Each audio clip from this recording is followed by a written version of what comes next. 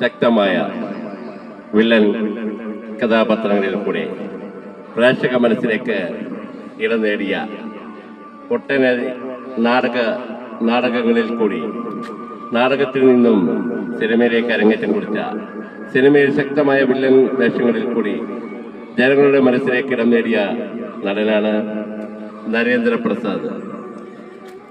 നരേന്ദ്രപ്രസാദിന്റെ ശബ്ദത്തിലേക്ക് നമുക്കൊന്ന് നോക്കാം. നരേന്ദ്രപ്രസാദ്.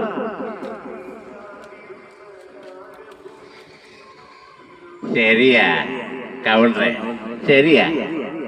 എനിക്കും ചില തെറ്റുകളൊക്കെ സംഭവിച്ചിട്ടുണ്ട്. അതിനൊക്കെ കാരണം ഞാനല്ല, എന്റെ മകന് ഹരികൃഷ്ണൻ.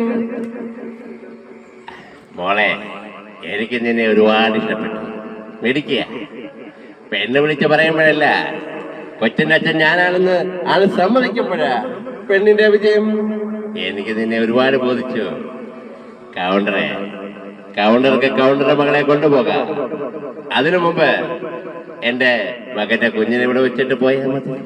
എന്താ പൊള്ളാച്ചി കൗണ്ടറെ? ഇതിഹാസ നടൻ, മലയാള സിനിമയിലെ ഏത് വേഷം കൊടുത്താലും തന്മയത്വത്തോടു കൂടി അവതരിപ്പിക്കുന്ന കലാകാരനാണ് നമ്മുടെ കൊല്ലത്തിന്റെ അഭിമാന താരം ജയൻ.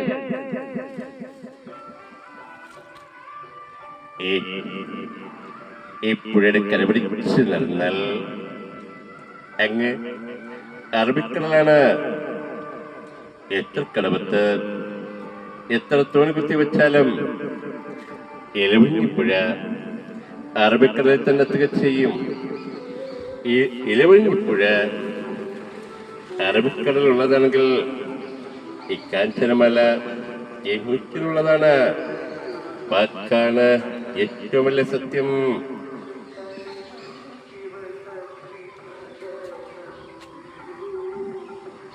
ഇന്ന്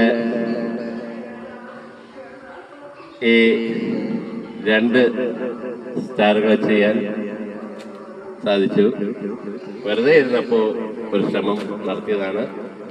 എല്ലാവർക്കും ഈ വീഡിയോസ് ഇഷ്ടപ്പെടുകയാണെങ്കിൽ ലൈക്ക് ചെയ്യുക, ഷെയർ ചെയ്യുക, കമൻറ്റ് ചെയ്യുക.